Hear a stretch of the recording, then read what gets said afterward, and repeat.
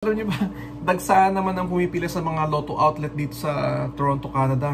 Alam niyo ba kung bakit? Bakit nga ba hindi?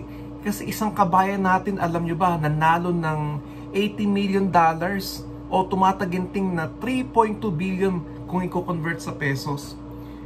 Hindi lang naman siya ang kauna-unahang nanalo. Alam niyo ba, last time may nanalo rin dito sa Toronto ng $17 million.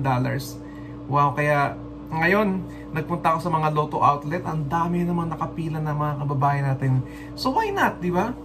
So pagka tumaya ka sa lotto, part of the money na binayad mo sa ticket is napupunta sa mga foundation and everything. Nakatulong ka na at may chance ka pa mag-milyonaryo. Not only milyonaryo, baka pwede ka pa maging bilyonaryo katulad ng nangyari sa ating kabayan taga British Columbia. Grabe. Life-changing, talagang mababago ang buhay mo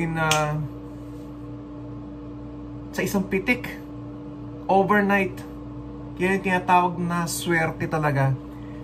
Pero ang ano lang, no, syempre nakapost yung mukha mo, makikita ng lahat ng mga tao.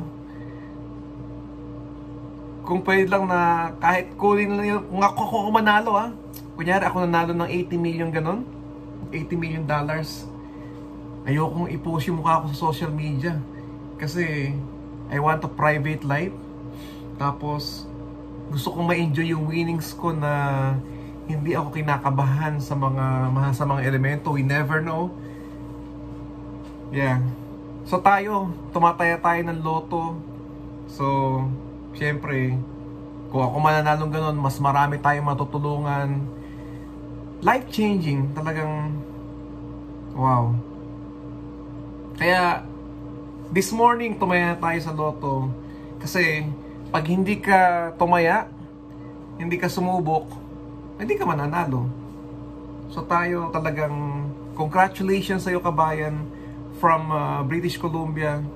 Sana yung swerte mo hipuin mo kami ng swerte mo para kami naman ang susunod na manalo. Congratulations at sana marami kang matulungan sa napakalaking biyaya na natanggap mo. Congratulations. Kung nag-o-open kayo ng Facebook, tingnan niyo yung mga newsfeed nyo, puro yung mukha ng ating kabayan ang nakikita ko na nanalo ng $80 million o tumataginting ng 3.2 billion pesos.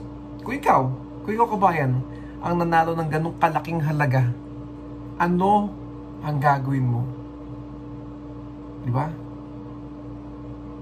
Pero one thing is for sure, pag ako nanalo ng ganong kalaking pera, marami akong matutulungan.